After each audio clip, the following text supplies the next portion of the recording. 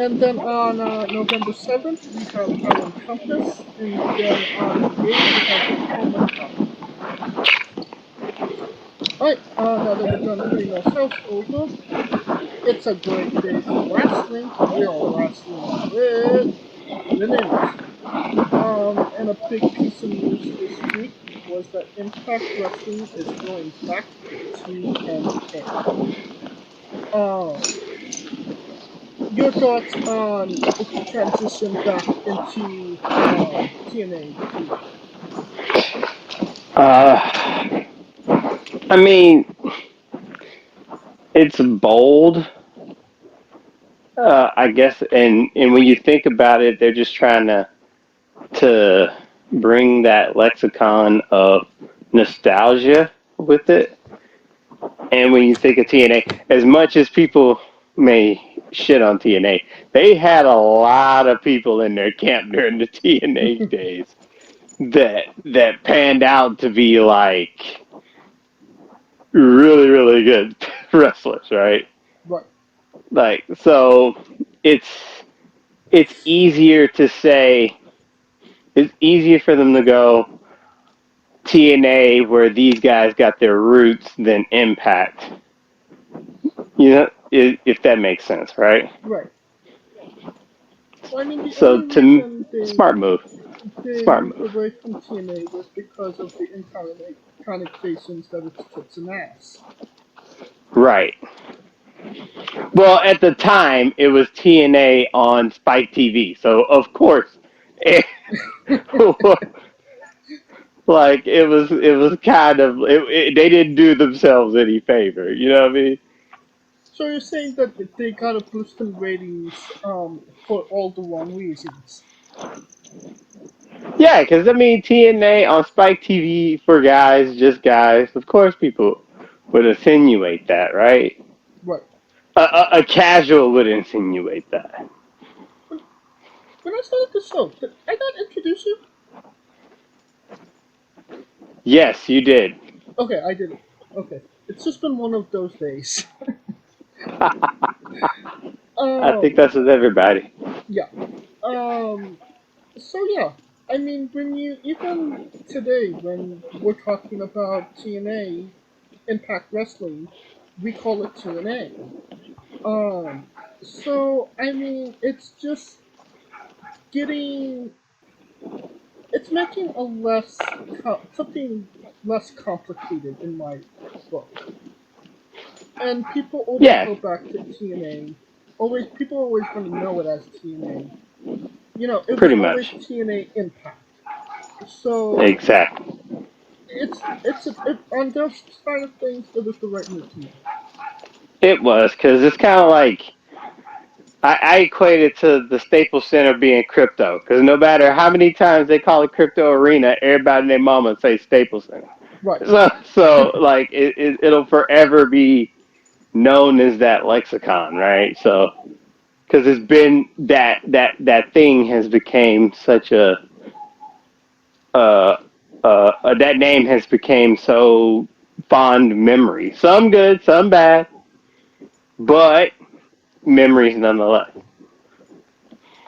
Well, speaking of memories, a one William Patrick uh, Corbin, no, uh, Billy Corgan. There you go. Um, he's he said that they're bringing back the territory system into the United States. Um, I'm pretty sure they're called indies nowadays.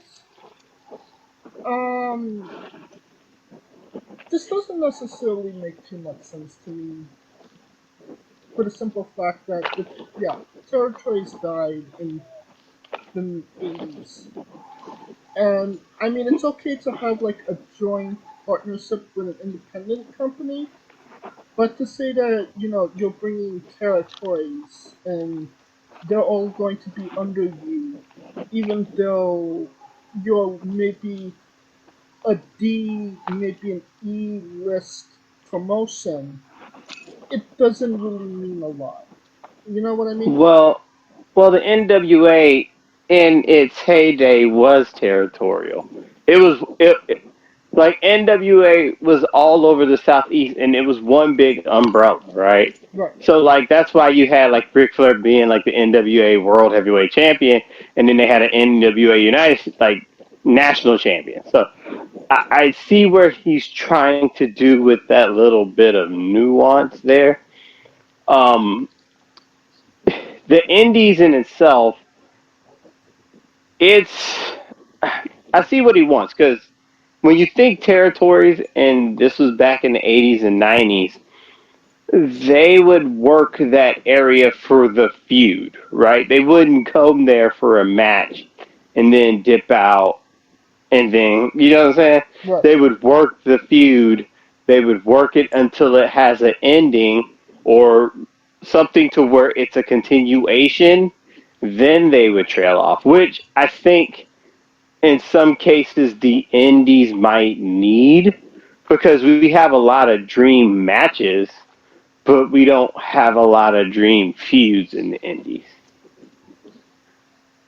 right? Like something where it can actually carry over into the year or into a next event because it's one thing to sell out one event and get that going, but it's a whole different to have those that one star feud with another star, and that tells a story over the, let's say, couple of months that it's there. And that's what the territories was actually back in the day, because especially when it was synonymous with Mid South. That's basically what Mid South was. Mid South was basically a stepping stone for feuds. So you would have like the who's who gamut of wrestlers coming through, and then they would do their thing for like 3 4 months. It would end in a match. It would end in a series of matches. Then they would go away for like 6 months, and depending on how it went down, they would come back either face or heel, depending on what it was. So it always been that way, and sometimes I kind of miss that because it just made you appreciate like when they left and when they came back, kind of the surprise element of it all. Well, yes, and you're right about that, but you're also in at that time. Ric Flair was arguably the second biggest star in the world, next to Hulk Hogan, and wrestling fans always had that debate: who was better, Hulk Hogan, Ric Flair, who was Title A, who was Title B. Right. But now, in I don't think EC3 is in the conversation for top pro wrestler in the world, and the N- the Damn. NWA Championship, it means a lot less than it did back in the 80s and 90s. So Well, that's true, but the thing is though where they are, where NWA is based, it may not mean nothing to somebody in California, and I get that. But when you think of that title in the South, it means a fucking lot. Like that's where I think that's why I said it's more of a regional shift than a national shift. Because even then, even when you look at it, the NWA was primarily southeast, that is true. southeast to Midwest. So there's no difference of them going, sticking to that script. So I could see NWA being considered quote unquote territorial, but their territory is basically Texas, Texas, the whole southeast, maybe Missouri included in that. So I can see that. Alright, well, we will see how that pans out for them. Um, Speaking of the indies, Ronda did an indie. Ronda Rousey. She was at Lucha Vavoom. Um, she had an impromptu tag team match with Marina Shafir against Brian Kendricks and Kyle Rockbury. Did you hear about this? I heard about it. Yeah. I mean, you knew she was gonna do something with one of her four horsemen mates. Shayna, she can't do shit with Shayna. Shayna then knocked her out of it, and then Jessica is somewhere. So that was the only one left. I mean, as long as she stays on the independents, I think it might do good. Who, Rhonda? Come on, man. Don't. But Okay. not just She was. She wasn't that bad. I mean, and she did. We're talking about Marina, but Brian Kendrick is. Damn. But the person that trained her was Brian Kendricks, so she was in there with two people she knew really well. Yeah. So Brian Kendricks don't get a lot of due. That motherfucker. he doesn't, and especially out here, he's pretty well respected. Honestly, he trained a lot of our guests on the show. So yeah. Yeah, that's what I'm saying. He doesn't get a lot of his due. Brian Kendricks, shout out. And Valkyrie is obviously the odd woman out again. I mean, it is what it is. Well, WWE announced that they're doing their first PLE in Germany. Um, this I feel like this is maybe a big thing that they're doing because when you think about pro wrestling, yeah, you think the big three: America, Japan, um, Mexico. But Germany is in there somewhere, and it's always been a really big um, country for pro wrestling. So for WWE to do a PLE there, I feel like it's a big deal. What say you, Kaliko? I told you that's their formula, man. That's the new formula WWE's doing because they're seeing that a lot of doing these PLEs overseas like has been wonders for them. Not only at the gate, but just from audience participation, right? Hmm.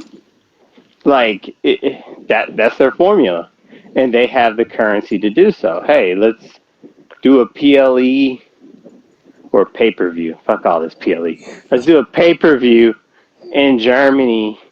Do a pay per view in all these spots we haven't been at in so long, and it's building that demand. Like, as a matter of fact, there's a guy, a friend of mine. Once he found out I was in Germany, he already bought the tickets.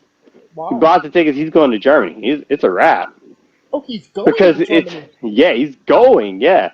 So that's how crazy it is. Because it not only does it help that local market in internationally, it makes the American fan want to go be a part of that, right? Right. Like, I don't know how bad, you don't know how bad I was like, bro, I might fly to Puerto Rico. Because it Right. was like, Jesus, you would have thought Jesus walked out when Bad Bunny popped out. You know what I'm saying? Like, Right. but you couldn't get that. You wouldn't have got that Bad Bunny feeling anywhere else but Puerto Rico. I don't know. He got a big pop at Mania in the night after. LA. But what I'm saying is, nothing beats a native. Right. Nothing beats a native response. And I'm already looking at Ludwig Kaiser, and I'm he wait, he can't what, put money he on the card. Put money he's on that card. He's coming out dressed like Selena Vega, but in the German flag. I bet your ass, bet that ass. But it's good though. That's great for the it's great for the community because it globalizes the pay per view. You know what I mean? Right. Experience, and that's something that I told you, man. We spoiled. We were getting 12 a year, and they were like, "Oh, let's try these." I think when they did it this year, they were like, "Oh shit, it was better than what we thought." So we might as well just keep it going. And I am excited to see how the German fans react to WWE. If it's going to be as loud as England or Puerto Rico or any of those places. England, Puerto Rico. They did England, Puerto Rico, Canada, I mean, Canada's on this side of the world. but Canada's on this side of the world. Yes, We're however, connected. huh? We're connected. It's connected, but come on, man. That was the first time in Toronto in a hot minute. No, it was It has. Montreal. Was It was. Yeah, that was the first time in Montreal in a hot minute.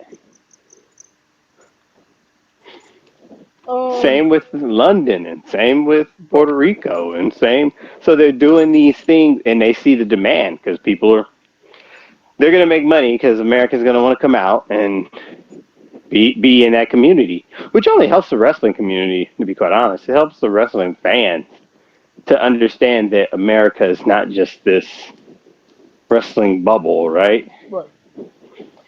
Well, I mean, okay, you mentioned it. They went to England, always a hot crowd for wrestling.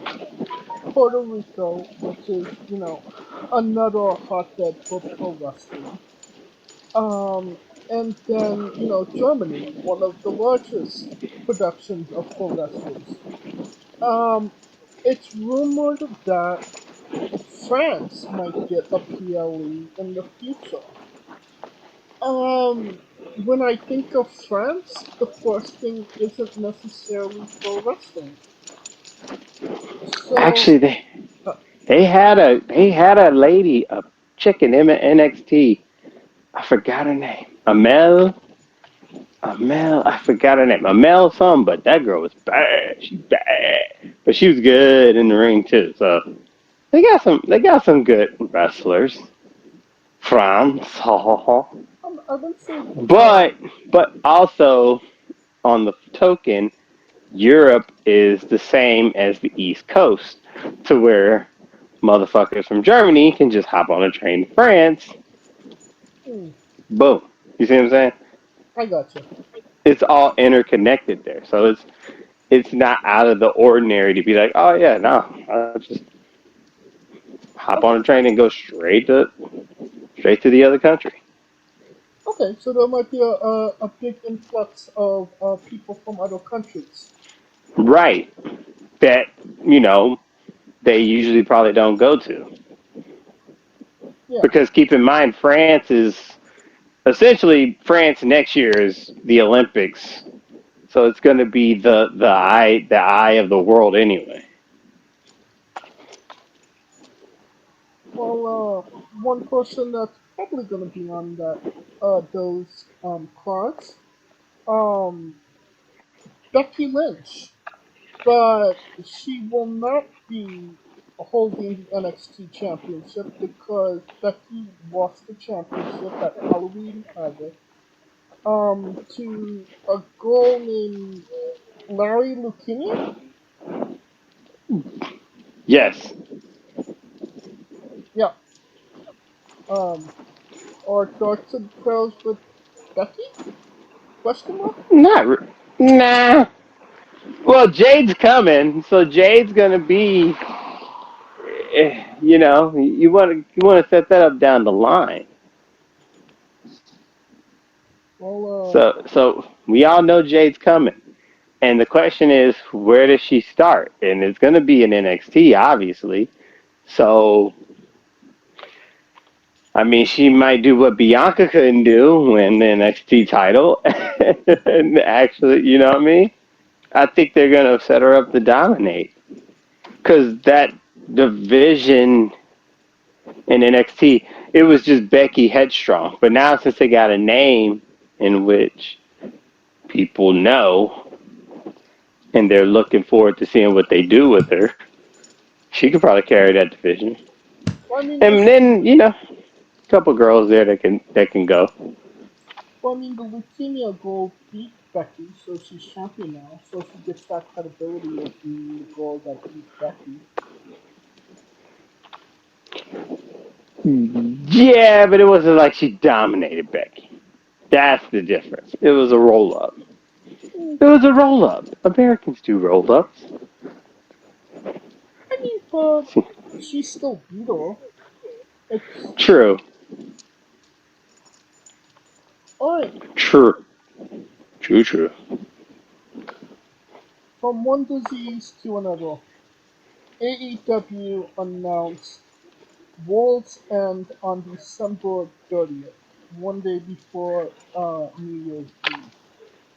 I'm not exactly sure what this is going to be, but is that something we necessarily want to see before we go into January? Leave a bad taste in our mouth into the new year. Well, all I know is I'm kicking the new year at Raw in San Diego, so Oh, ain't nothing blowing my high off that bitch. If I end the year with AEW, I might as well kick the year off with Raw in Dago, baby. very true. And last week we mentioned, Sting retiring and all the hoopla that goes into that. And then I fucked up. I spoke something into existence. You spoke Ric Flair in existence, you son of a bitch. Yes. When I saw that, I was like, God damn it, James. Ric Flair has debuted for AEW. He will be teaming with Sting and Darby Allin to fight Christian Cakes, Luchasaurus, and Bruce Wayne. Bro, bro, why'd you do this to us? I'm sorry, I didn't know I had that kind of power. Like, Ric Flair, I was like, no, the fuck they didn't. Yeah, I'm like, okay. They did. I was like, yeah, they did. They and did it. he will be Sting's last match. Unfortunately, it won't be his last Team match. He'll wrestle more, like 10 more times. It'll be Sting's last match. bullshit. Ric Flair, like, I want to have a last individual match, a last tag match, a last. He damn near trying to get a last man standing match. Literally, like he's working on it. As much as I'm like Ric Flair, I'm even more Tony Khan. Why? Why did you give this man a contract? Why'd you have him wrestle? Yeah. I mean, you know what? I'm not even gonna go there.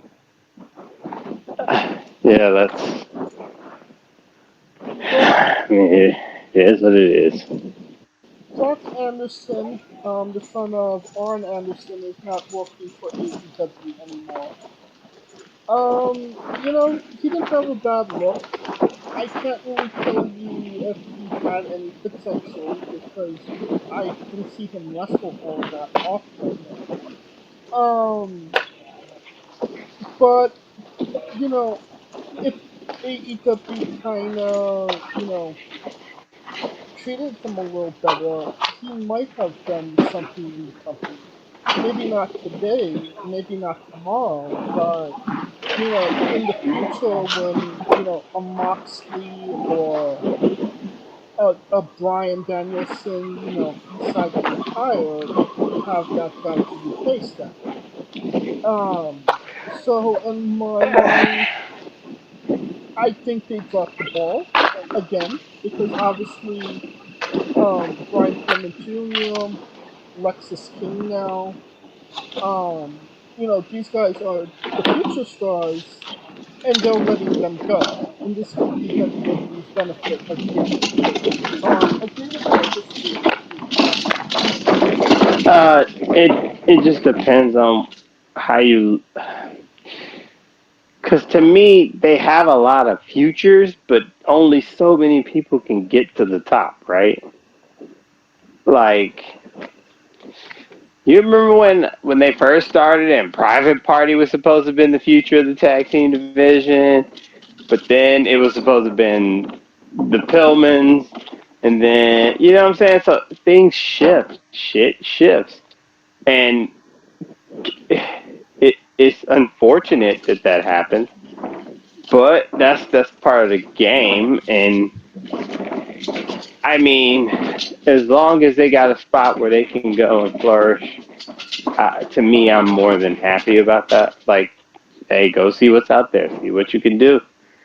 Um, I just had a problem with AEW just doesn't know how to solidify the guys that they actually want to groom into the future. Because remember, some of these people that now have popped up were afterthoughts, right? Ricky Starks, Darby was always kind of in the mix. Jungle Boy was in the mix because to me, they're more invested in their four than anybody else. So Right. they're more invested in Sammy, MJF, um, Darby Allin, and Jungle Boy. That's their four, and they made it as such by calling them pillars. But the problem is, the pillars ain't worth a damn if they're not on the foundation, and that's where you know what I'm saying. They could have had a lot of people that were foundational stars, maybe not even like heavyweight championship material or even championship material, but people where you could see them as legitimate threat to be a pillar, right? Right. And that's where the issue lies. Well, And this is where it's all mixed because wasn't like After Dark meant to highlight some of these guys on the come up? but I mean, how many people actually watch Dark on YouTube? That is true, but I think this is where NXT, like, as much as we shit on WWE, this is where they have the advantage because they know they lay a foundation, but they also mix in old cats with cats that they want to build up, or Right. they bring in vets with cats that they want to build up. Like 3 years ago, Mello was like, what? You know what I mean? Yeah. But now he's the man. Same with Braun Breaker. Same with, you know what I'm saying? These are guys that they built up, and they just kind of stuck with it, and now they're at their peak, and this is where they should be able to fly their wings. I mean, same with Trick Williams. Just look at that dude in the last 6 months. I mean, look at him last week when he had the conversation with John Cena. Yeah, that was funny shit. But and that's where I think. But then again, AEW don't have a structure in place for that because to me, it it seems like everybody's just doing their shit, right? So what you're saying is they need vets for their cats. I mean, no, they need they need something. They need structure. They need structure to know, okay, but and I get it because they just want to be not WWE, right? Which is fine. But when you got people leaving left and right, granted, Jay didn't left on great terms, but Pillman and Anderson didn't.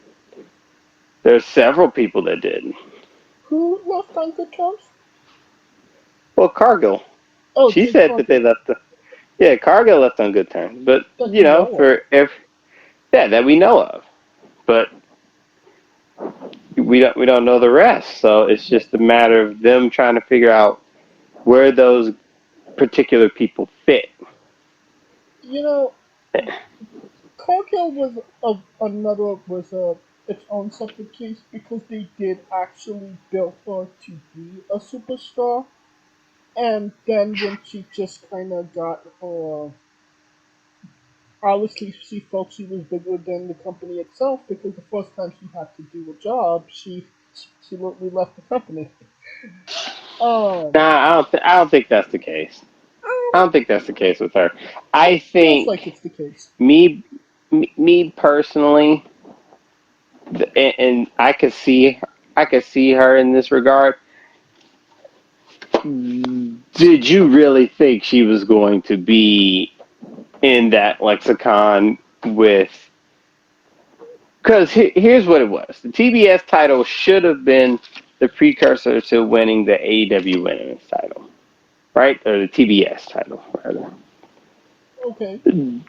Would you? Would do you think AEW did everything in their power to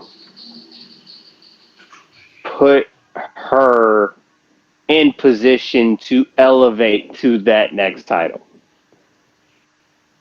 Um, you know, honestly, I felt like the TBS championship was more on the level of the AEW Women's Championship as an equal title rather than the secondary title. And that's pro- Really? So the TNT title is basically on the same level as no, fuck no. exactly. Do you see my point? Now you see my point. But there's such an imbalance with the women's division. That's kind There of was that's why I kind of feel that way about it. there there is. You're right on that, but I also But think she might have been smart enough because once she dropped the championship, like many of the other women that drop the championship, they kind of go into flux where you don't really know where they are on the spectrum because they don't have rivalries with the women that aren't for the title.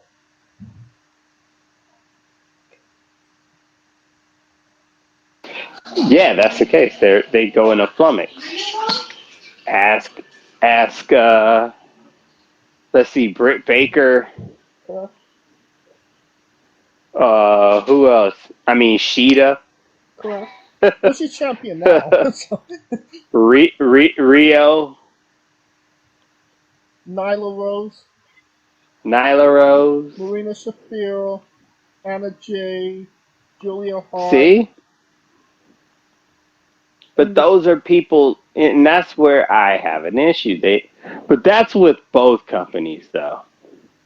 They kind of build everything around the title, and that. What's the point of having a deep division when no one's really trying to fight to figure out, other than the title, who's the best? Because the title well, shouldn't be. The title is significant that they're the best, but eventually you have to get people to get credibility to be a contender. right. Well, going back on Brock Anderson, Jake Cargill, Brian Pillman, all leaving young, talented people that could have been something for the company. I'm starting to really feel like this is very WWE WCW esque. And I know, Tony has a hard on for WCW, but what was the ultimate demise of WCW in, the 2000s? They had, when all their top WWE old talent left, there wasn't enough people to pick up the company. They had Stone Cold, they had Mankind, they had Undertaker, they had Triple H, they had Chris Jericho. All of those guys went to WWE and became megastars, while WCW took Hulk Hogan, Randy Savage, the guys that were over the hill already before they came to the company. And I'm seeing that with WWE and AEW right now. They took Brian Pillman, Brian Pillman, possibly Brock Anderson in the future, Jade Cargill. They fucking got Cody back. And who did AEW poach? They poached Edge, CM Punk, CM Punk, um, Ric Flair, Ric Flair, as over Ric the Flair, as over the hill can get. Big Big Show, Mark Mark Henry, Henry, yeah, Christian. uh, Christian. I mean Christian doing good work though. To be quite honest, Christian doing good shit. He's doing good shit, but I mean, it's not. He's not on. He's not a spring chicken. He's in the twilight of his Right, career. right. But that's what happens when you got TV execs want stars on TV. Stars get ratings, yo. I mean, uh, that's how it is. But they also got like Jay White, Juice Robinson, Tony Storm. They got some cats. They got some people. It's just they have to figure out because the way AEW kind of does it, they pair all these young people with old people, and you would think these young people would listen to the old people, but I think the problem is that the young people don't give a shit about the old people. It's almost like AEW is like a big brother, big sister program for for wrestling. Think of it that way. I swear to God, that's what it seems like. Because think about it, Darby Allin with Sting, MJF with Adam Cole, who's kind of like in his prime, but he's been around the block for some years. You know what I'm saying? Right.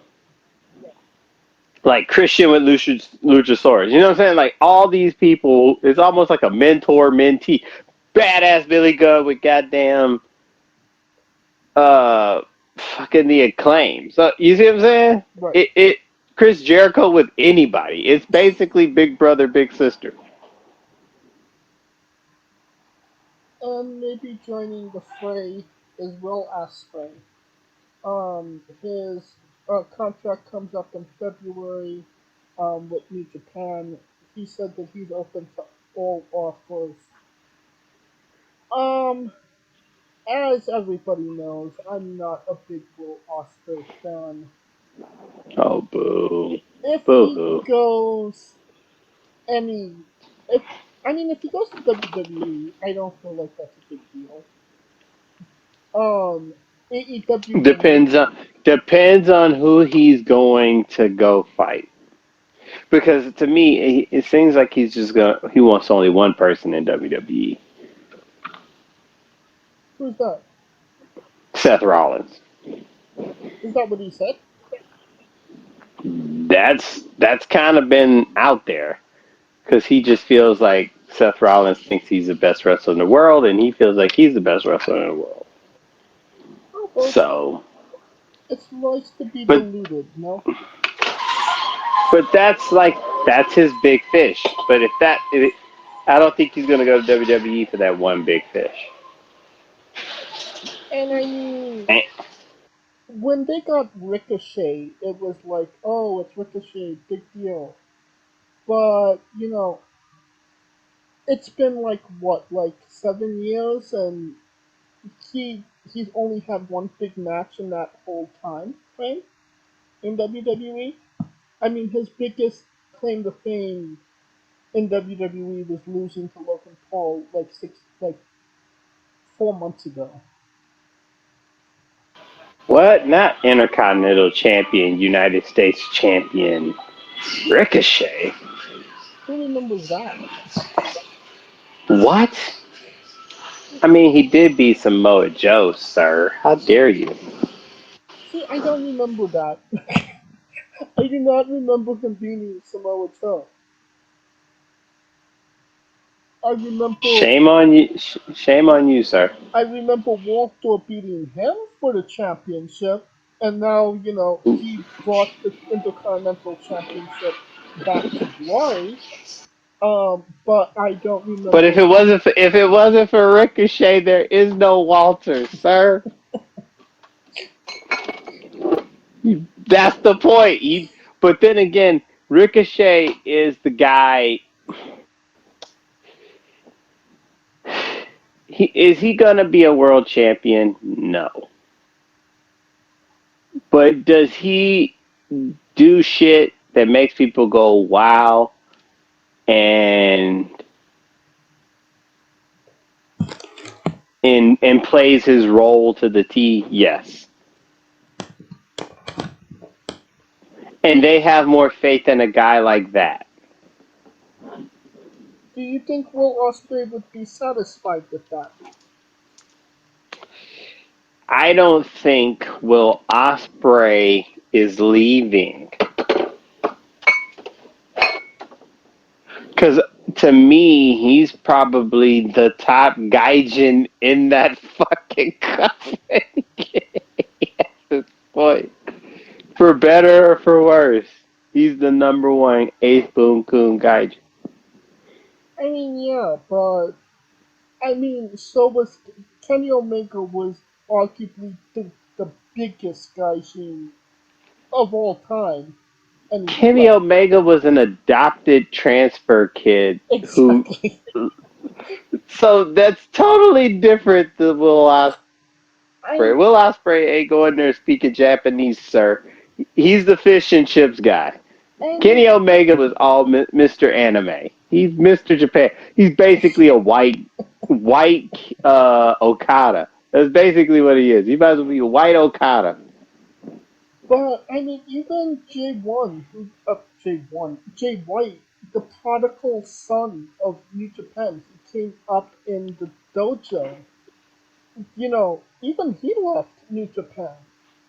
It, the problem is New Japan is always going to have a glass ceiling for gaijins. It's never. Now, yeah, Kenny broke that to some degree, but they're always it's always going to be the Japanese guy first. It's always going to be Okada because he's the main star of the show. And the guy seems as high as they could get, and they can't give them a lot of accolades. It's never going to be enough because they're never going to be on the level of Okada main eventing and winning at Wrestle Kingdom on January 4th. Well, And but Okada, that's unfair because it's it's comparing all the gaijins to the ghost of Okada. When Okada was, and not saying that he was a Okada was an anomaly that because he was super immersed in the culture, he spoke the language. You know what I'm saying? you're He talking was about in the Omega. Omega was of the yeah, not Okada, Omega. Omega was of the culture. He embraced himself in the culture. Unlike others where the people can kind of see they're here for a paycheck. You know what I'm saying? Right. But that's why I Like, said he like, did break the glass ceiling for gaijins to a degree, but nobody has been to that degree since him. Jay White's came close, and Ospreay's came close, but yeah, Jay White's came close. Ospreay's won the title. Though I think those are the only two, though. Those were the only two. they're And God never knows what's going to happen with Fit Finley, or Little Finley. David Finley, Little Finley. Little Finley. There you go. Little Finley. There you go. That's Um, his name. is he wrestling with Flair? He's wrestling with that, that, that. He's wrestling with the Shadow Bullet Club, and that's the key. Yeah. Um, Because he's like the unlikely leader, and everyone's like, "What?" And you know, we're talking about if he goes to WWE, probably mid-quarter at best. But you know, if he goes to AEW, if he goes to if he goes to Impact TNA now, they're gonna treat him like the second coming of Jesus. Honestly, they need somebody that people are gonna come in for. So they will give him that benefit of the doubt. And even in AEW will treat him like a big star that he thinks he is. Whether or But the not problem is how long is that gonna last? exactly Because they treat everybody like the big shit when they first get in. right, It's after you have that first big match, sir. you're not wrong about that. Shit, Jay White was the shit when he got there. Look where he at now. He's going to the championship in a couple weeks. But that's my point. He's gonna be the big shit until he loses, and then what? Sure. Adam Cole, he was the hot shit, and then I mean, and and then it wasn't. Well, and, it was 100% his fault. He exploded his ankle. and then Keith Lee, he was the hot shit, and then Was he the for that shit? Miro, and then Yeah. Hmm. Yeah. shall I continue? Ruby Soho, and then Well, our last bit of news. Uh, a former WWE superstar claimed that Hulk Hogan had a gumball machine full of drugs in his locker room. Would you like to take a guess of what former WWE superstar claimed this? couldn't be in the gobbledygooker, but I think that's a let me fairly guess. good guess. Hold on, what's his name? Duke the Dumpster Drosy. And you would be wrong. It was indeed Marty Jannetty. Really? Yeah, Really? yes. Marty fucking Okay, Marty. He lost all his change in that gumball machine. The guy who I saw pass that. Never mind. Um, Now, a quick word from our shut up. sponsors. Hey, folks, this is the Colossal Mike Law, and you are listening to Wrestling with Entertainment. Enjoy the show. Support these guys. We appreciate it very much. We'll see you at ringside.